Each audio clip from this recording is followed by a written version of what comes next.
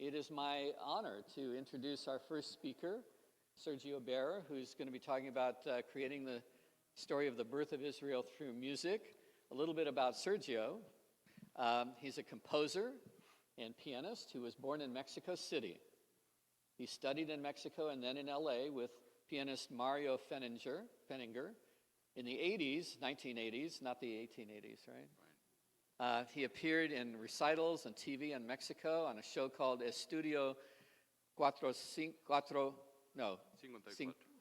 54. Right. Talking about musical subjects and performing piano repertoire in 1988. He injured his left hand and performed for several years with just one hand, recording the CD Piano Music for One Hand. In the 90s, he started to compose, and in 2005, he performed his own music for the CD Almost Songs, which was called Sensational Listening by the press. In 2006, he recorded his first piano concerto, the second piano concerto in 2013. And in 2017, Moses, an oratorio. And are you going to be showing excerpts of that today? No. It premiered in Los Angeles by the San Fernando Valley Master Chorale, which named him its composer in residence. And in 2019, he wrote The Immigrants for a Choir. He has a catalog of 34 opuses comprising more than 120 works for piano, chamber ensemble, choir, orchestra, and symphonic band. And today we have a treat in hearing him tell about how he really created this composition. Thank you. Sergio, welcome. Hello. Hi, everybody. So thank you for the introduction. And I'm going to talk to you about my latest work. This is called The Nightmare and the Dream. The Nightmare and the Dream. The full title is The Nightmare and the Dream, Herzl and the Creation of Israel. 2016, I was finishing Moses, which is a work that describes the whole story of Moses from before he was born till after he died. It's an 85-minute work. It was premiered in 2017, and I was looking for another subject, to Jewish subjects, because that's what I like to do my big works on. And I started to be aware of what was going on in our colleges, and the anti-Semitism and the anti-Israelism, anti-Zionism that was already rampant, in 2017. So I said, okay, I'm going to do it. I'm going to tell the story of Israel because it's not known. It's just not known. Kids are grabbing all kind of ideas, and particularly the makers of propaganda are very good at repeating lies. That's one of the basic propaganda techniques, and they repeat lies about Israel. They repeat lies about Jews. And so I said, I have to do something. And so I decided to do this work. So I said, okay, it's a big work. I started reading, in 2017, I read a couple of biographies of Herzl. And I said, where do I start? I said, well, the first thing is, why do we have Israel? What is the need for Israel? And where do we go back to? We go back to the clash of Judaism and Christianity. That's the first original problem we had. I mean, the Jewish people had a country, and we were a nation, had problems like everybody. But then, the year 70 came, the Second Temple fell, and we started to get in trouble a few hundred years later with Christianity. So the first movement of the work is called Europa, and it starts with the clash of ideas between the New and the Old Testament. So how do I describe that? I describe the Christian view through Gregorian chant. Gregorian chant was the first classical music in the world that was developed in the Middle Ages, where monks in monasteries chanted the same melody together. The first written melodies we have are from that time. And so it's very related to Christianity. And I put the Old Testament that was the men voices, and the women voices would answer with a Hazanic kind of melodies describing the Old Testament. It was the second commandment: do not worship images, against the dictum of the Catholic, of the Church, of this is the truth and go and teach it to everybody and have everybody believe this. So that's the beginning. But then we actually get into the persecution. You know, that first there is the ideology, then I said, well, what do I want to highlight? And I said, I had a text of an Inquisition trial. This text was the basis of a movie in the 50s made by a Mexican movie maker, by a Mexican director, Rip Stein, a Jew, and he did a movie called The Inquisition. And I said, okay, so I took that text and I put music to it. It's dramatic music. And I'm going to show you the 3 minutes that show the expulsion of the Jews from Spain and the Inquisition.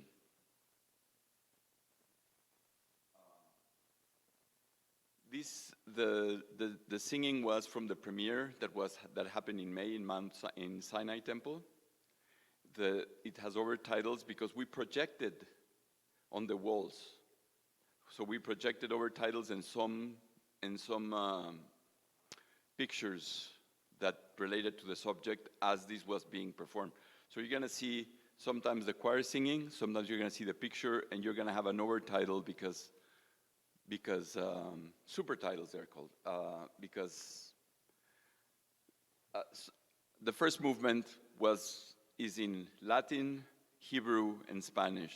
So I can guarantee you're not going to understand what they're saying. So follow the super titles and you'll follow the plot. Okay? Somebody had a question? Yeah. The first movement is Hebrew for the Old Testament, Latin for the New Testament, and Spanish for all that happened, the Inquisition and the expulsion of the Jews in Spain. And then it's all English, okay?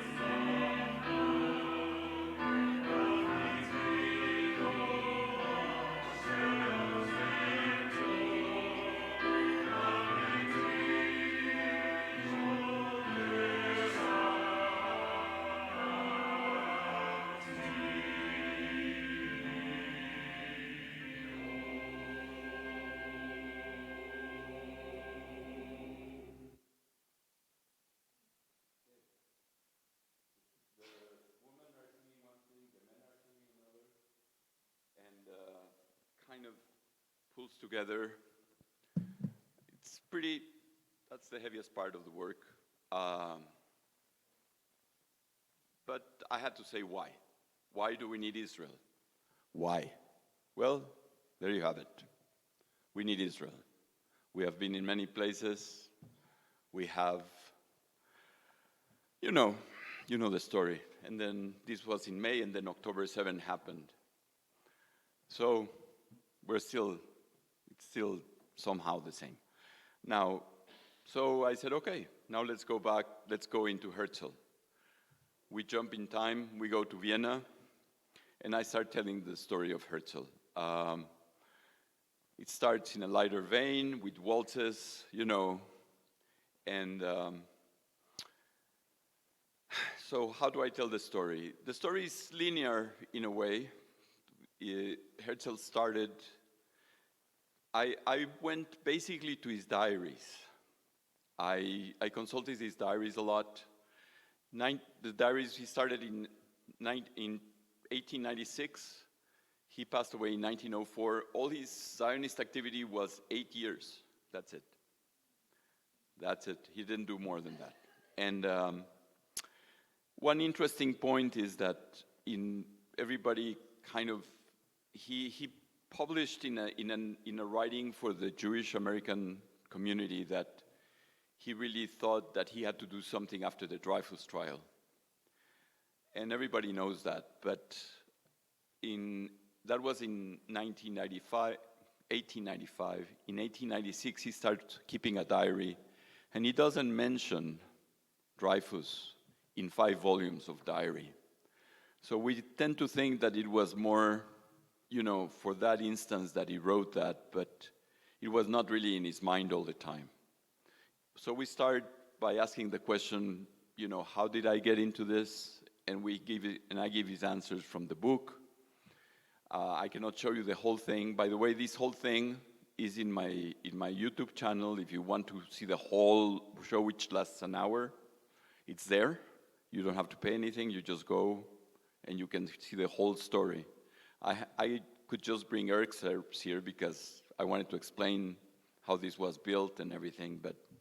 So the second movement is called Metamorphosis because he changed. Herzl was a very assimilated Jew. He was not religious in the least, but he wanted to be part of Europe, and he wanted, he had some encounters with anti-Semitism. The biggest encounter he had was with a book called The Jewish Question by Eric During, which is a famous anti-Semite writer. It's hard to read that stuff without throwing up. It's really hard because it's really just blatant attack. But I said, okay, so here we have Herzl. I divided the Herzl part in 3 segments. The first one before the publication of The Jewish State, which was the first pamphlet he did. That was when he was starting to approach the Jewish leaders for help after he decided.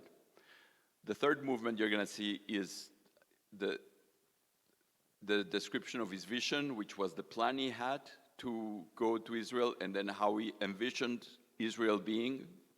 And the fourth is the biggest things he did, like the Jewish congresses, and he's interviewed with the Kaiser and with the Sultan and with the First Minister of Russia, and these big steps before he passed away. So this is the second movement, and I'm going to show you the section where at the end of the movement, there is the anti-Semitic elections in Vienna. The Habsburgs, that were the rulers in Vienna, did not want an anti-Semite, a declared anti-Semite, to be mayor, but they canceled the election. They had the election again, and the same guy won, so they couldn't do anything. And also, another thing I wanted to introduce was his ideas. How do I tell you what was going in his mind? Because some of his ideas in his diaries were very interesting. So I had Herzl, which is Marcus Feldman, saying is the story. And then I had 2 singers being his mind. And suddenly they would sing a line, about something he was thinking that is in his diaries. It's all documented. I didn't invent any of this. So this is the last 3 minutes of the second movement.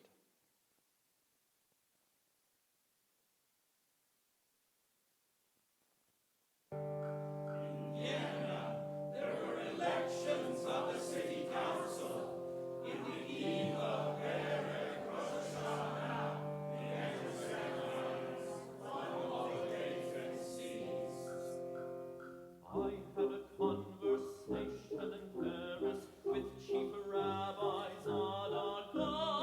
He belongs to the breed of the little Jews. I'd be surprised if he helps me. Professional politicians shall be prevented at all costs. As a body, the French Jews are hostile to the man. I did not expect anything else. The Jewish state is a good necessity.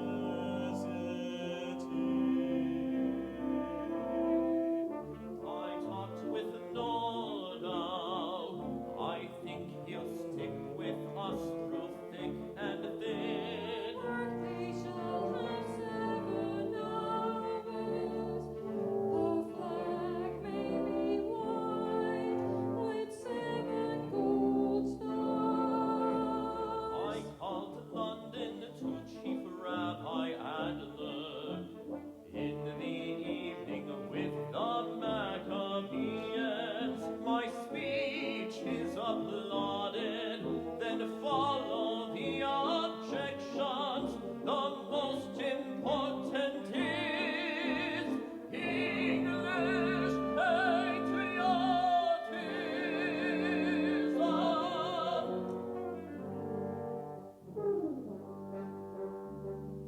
I concluded the arrangements with the publisher Breitenstein.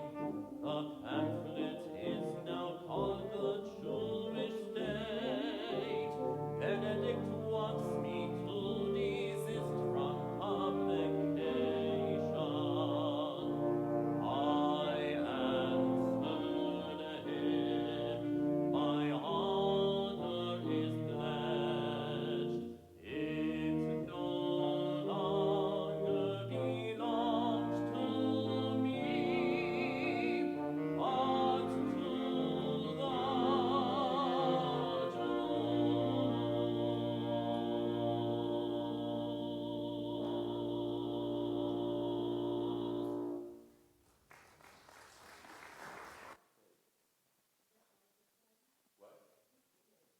That's Marcus Feldman, the cantor of Pianist. He was Moses in my studio oratorio. Now he's Herzl. He likes working with me. he likes the. All right. So we are now. The Jewish state is going to be published, right? The third movement is divided in 2 parts. The first part is Herzl's plan, which is. I have to eat the microphone, right? The first part is that it's his plan. How are we going to do this? And then he published a second book, which is a novel, a utopian novel called Old New Land. In Old New Land, he describes what the life in Israel is going to be like once it's a Jewish state. So the first 2 minutes are the plan. The next 5 minutes are the vision. I'm going to show you the 2 minutes of the plan. Okay?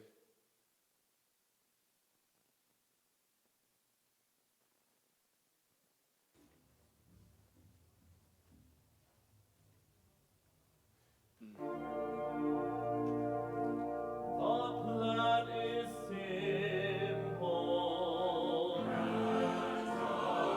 Sovereignty over a portion of the Lord, virgin of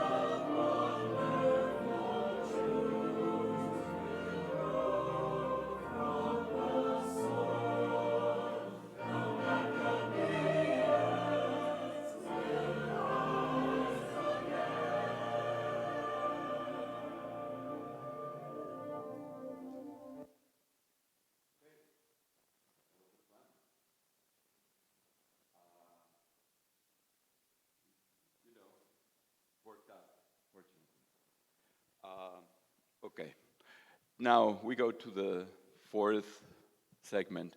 After this work was published, we did not have Herzl kind of things stalled. The Sultan wouldn't receive him. Remember that time Palestine was under Ottoman, was part of the Ottoman Empire. The Sultan will not receive him, and he didn't know what to do. So he decided to call a Congress.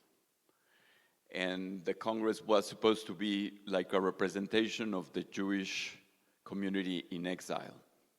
What I'm going to show you of the fourth movement, the fourth movement goes into, he's talked with the Kaiser, he's talked with the Sultan, other things, but this is the first Congress, okay? And I'm going to show you the introduction, what their conclusions were, and the end. And this is what we're going to do with the fourth movement.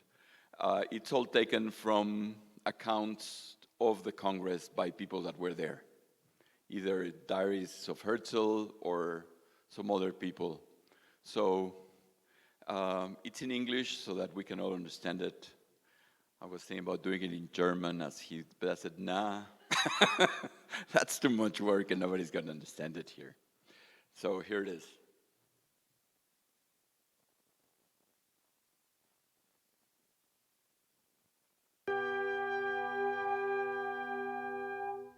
We want to lay the cornerstone of the edifice that shall house the Jewish nation. From time immemorial, the world has been misinformed about us. Zionism is our return to Judaism, even before our return to a Jewish land.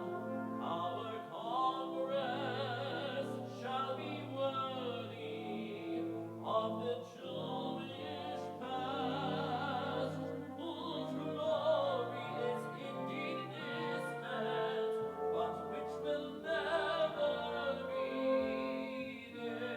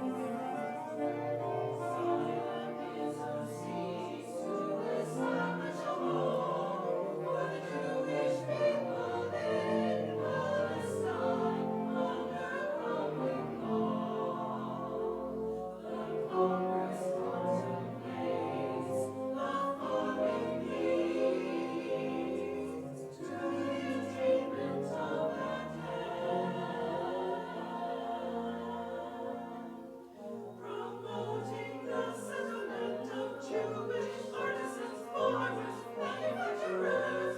Organizing and uniting the whole Jewry through appropriate institutions. Fostering Jewish national sentiments and consciousness. Preparing to obtain the Zionist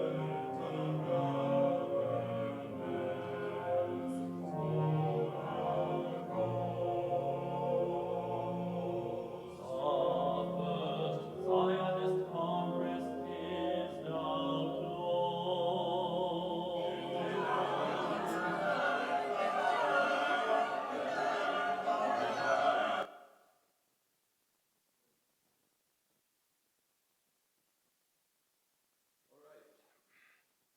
Of course, there were more congresses. The Uganda problem is dealt with. That's where it ends. You know that we were offered Uganda by the British government to settle. And Herzl was, the discussions, I described the discussions, Herzl said, you know, we have to get out of here. Europe is not going to be good for us. And let's do it as a way station and just we'll go after that. We go to Israel eventually, but there was a wing, the Russian and Eastern European wing of the Zionist movement would not have it. They said, no, we're not doing that. We're not, and there was a revolt in the middle of the Congress, and they yelled at Herzl, and they called them names. And he went and he conferred with Nordau and the other leaders, and they said, okay, we are going to keep trying to get Israel. And that was in 1903. Herzl passed away from a heart condition, apparently, in 1904 at the age of 44. You know, one can imagine what he would have done with a little bit more time. The last sentence that he utters in my oratorio is, if I forget you, Jerusalem, may I lose the use of my right hand. And so, okay, so we have the story of Herzl. Now we need how, you know, the last section of the story, which wasn't Herzl, which was done by a lot of people. It's very interesting. At first I thought, you know, I finished the Herzl part, I go and I do a medley of Pioneer songs and we're done. And I started looking for the Pioneer songs and I started to look I started reading more. There are a lot of books, but not too many. There was one called The Plow Woman, that are essays and diaries by people that were the pioneers, The Plow Woman, and that had some very interesting stuff. I'm lucky because a lot of my friends from school did Aliyah, and one of them ended up in Ein Gev, in the kibbutz of Ein Gev. And in Ein Gev also lives a person called by the name of Muki Tzur. Muki Tzur is probably the foremost expert on kibbutzim and moshav, on the kibbutz movement in Israel.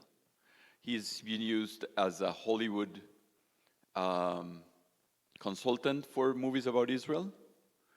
And so he sent me 10 letters in Hebrew, which I speak but have not practiced in a long time, and said, these letters tell you things about Israel.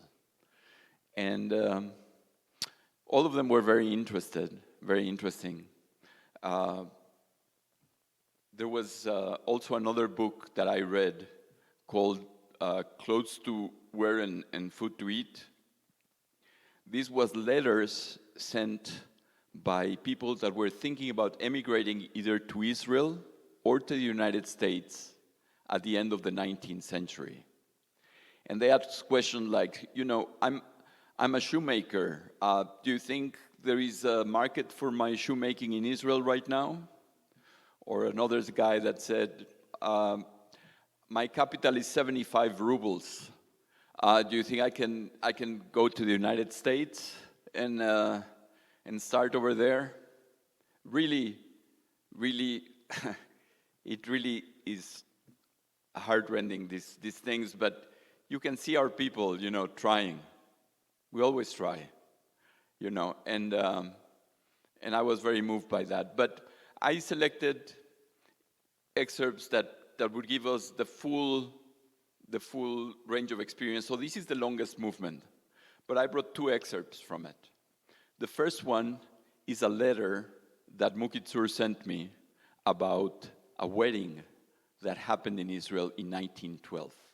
And this is described by the couple, by one of the couples, and it's a duet. And I chose it particularly because it shows the living together with the Arabs, and that it wasn't such a difficult thing. It wasn't. In 1912, the Arabs were invited, the sheikhs, everybody came to the wedding, and they were building lives together. And I really wanted to emphasize that in my work, that it's not impossible, that it has been done already. So here is the wedding scene.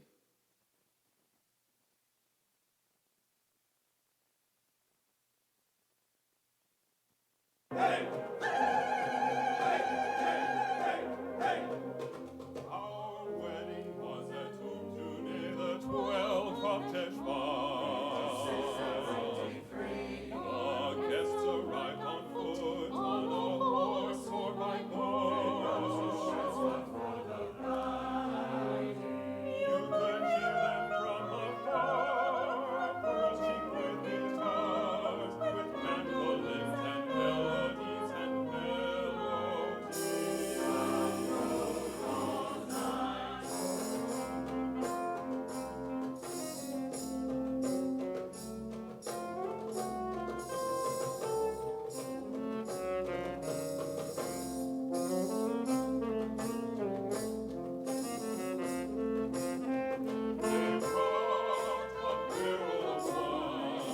Tiberias. They put it in the middle of the yard. Everyone came over and toasted together. L'chaim, l'chaim,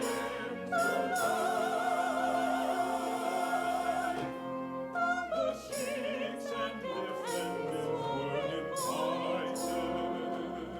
There were horses that lasted 2 days.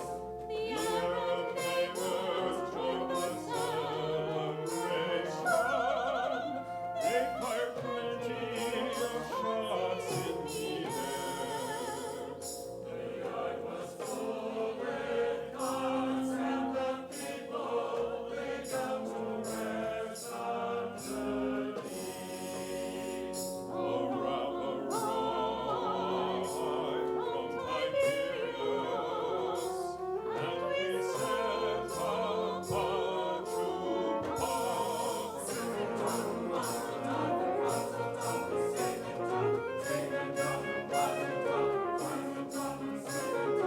The wedding lasted 7 days.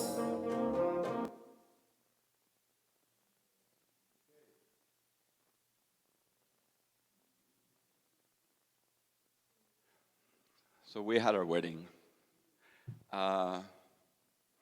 After the Inquisition scenes and all this is nice to think of how a wedding would have been in 1912. This is from an actual letter, so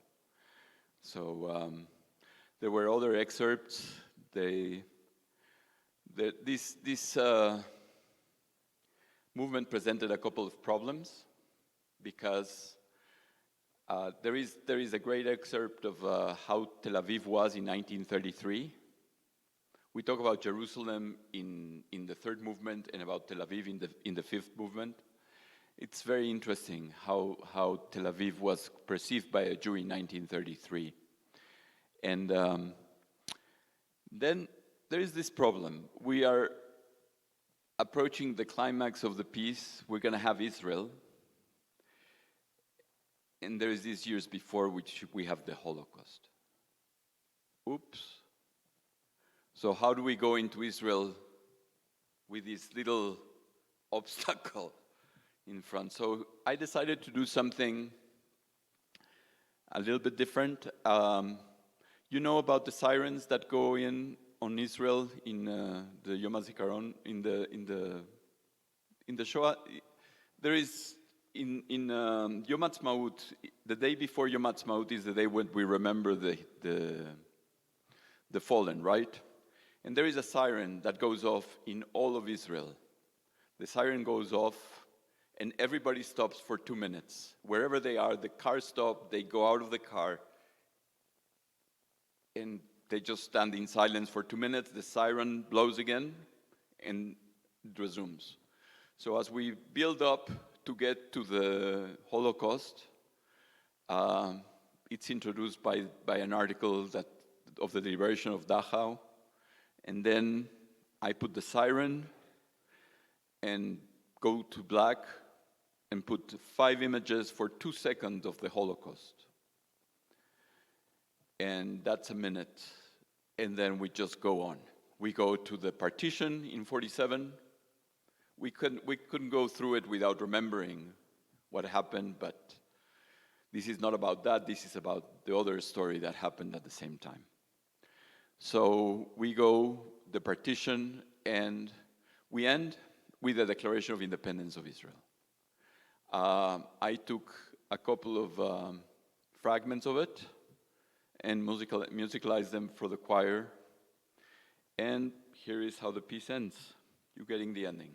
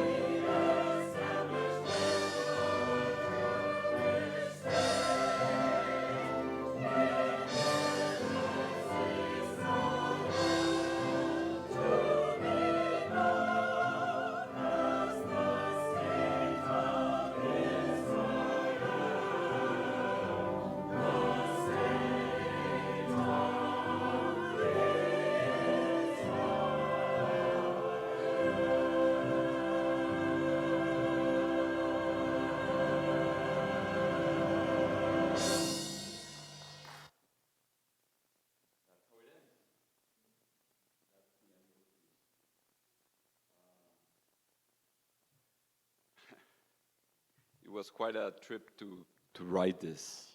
It took me from 2017 to 2021. But I made sure that I didn't put anything that was just filler or was just something because I didn't know what to do. Everything is thought out. It's an hour. And you can watch it. You can watch it. I think we should have it performed more often. And especially in this time, I'm thinking about doing a version for 6 singers and a trio so that we can take it anywhere. And we can tell the story. I have the slides, I have the super titles. It can be done anywhere. And it premiered in May and then October 7th happened. So I wasn't so far off about what I was thinking. And well, does anybody have any questions that they want to ask about the making of the thing, about the materials that I used, anything? in particular.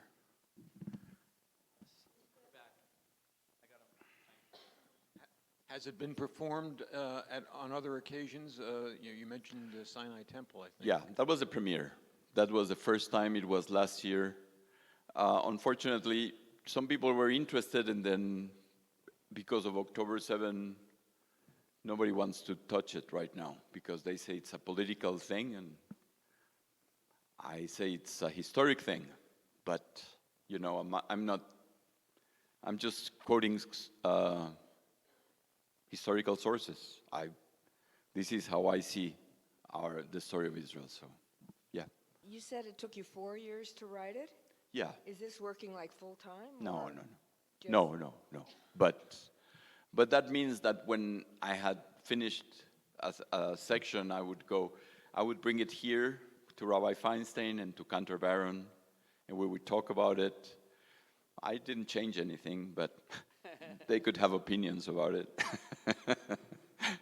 When you're envisioning writing this, do you perceive different instruments, different voices, communicating different things? I mean, how do you select what to insert in there to tell the story? Okay, that's a good question. It's I work with the San Fernando Valley Master Chorale.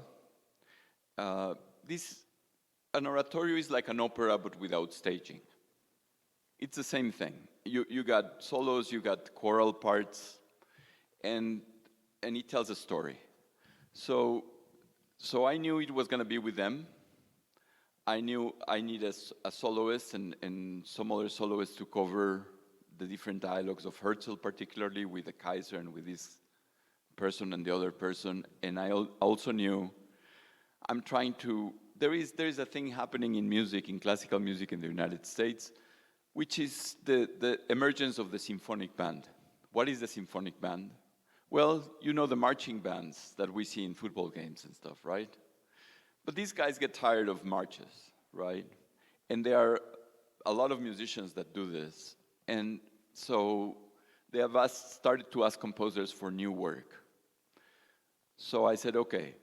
I heard a piece by Roy Reuter, which is a choral composer from England, that was with a brass band. I said, okay, this is going to be with the wind instruments. I'm not going to not going to touch strings. Also, 7 wind instruments can give you a lot of sound. You know, we took a tuba and trumpets and all this stuff can give you a lot of sounds. This wasn't a full orchestra. These were 7 instrumentalists and 2 percussionists.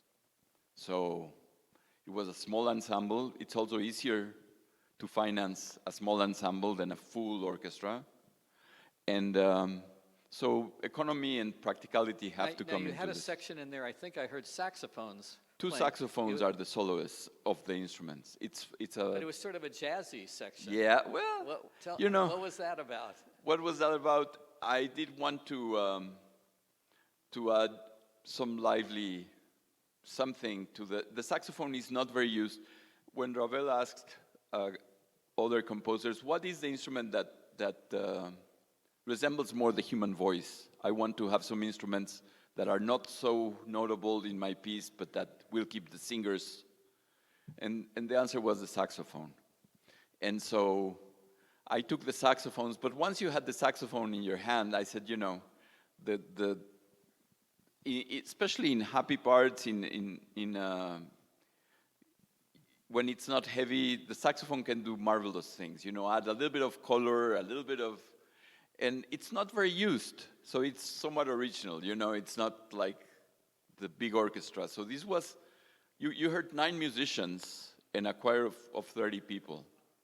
That's it, but it sounded like more, I hope.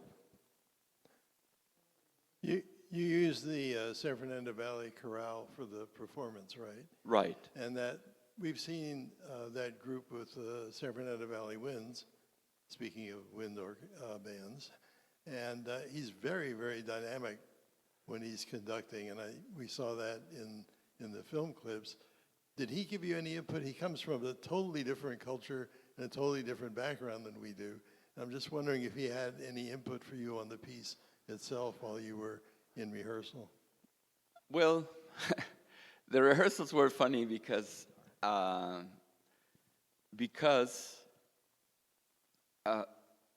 this was the first time I wrote for saxophone. I'm a pianist. I started from there, and so I had a special rehearsals with the saxophonist. It said, "Okay, you and I are gonna sit 2 hours, and we're gonna go through the whole thing." And we did, thank God. And because they told me, this is too much, this is too high. In here, you're not giving me chance to breathe. Another thing that I didn't know I gave them chance to breathe because I learned that in a prior piece that they have to breathe. But,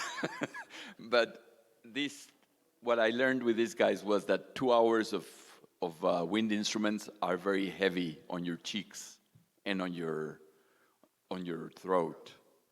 So probably I'll add a couple of instruments to give them more breaks.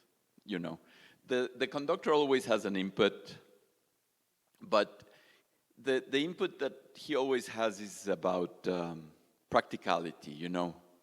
We don't talk too much about the music as music, but how are we going to get it done?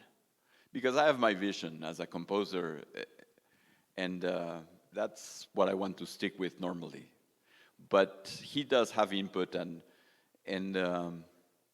we have developed a friendship. He conducted the Moses in 2017, and so we have developed a nice relationship. He's a singer with the Los Angeles Master Chorale. He's very, very much in demand, and right now I'm gonna tell you, I'm starting a new project, which is called Galut, Exile. I've done Moses, I've done Herzl, now I'm gonna do the middle part.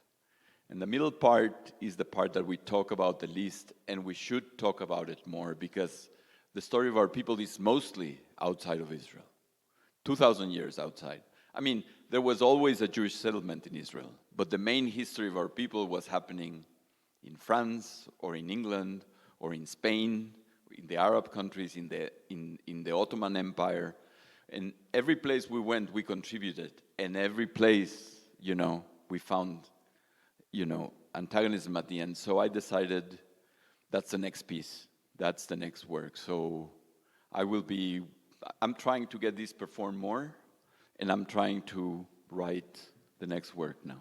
So what was the response to this performance, and what are your plans besides performing? Are you thinking about recording? Well, what right about now, an international audience?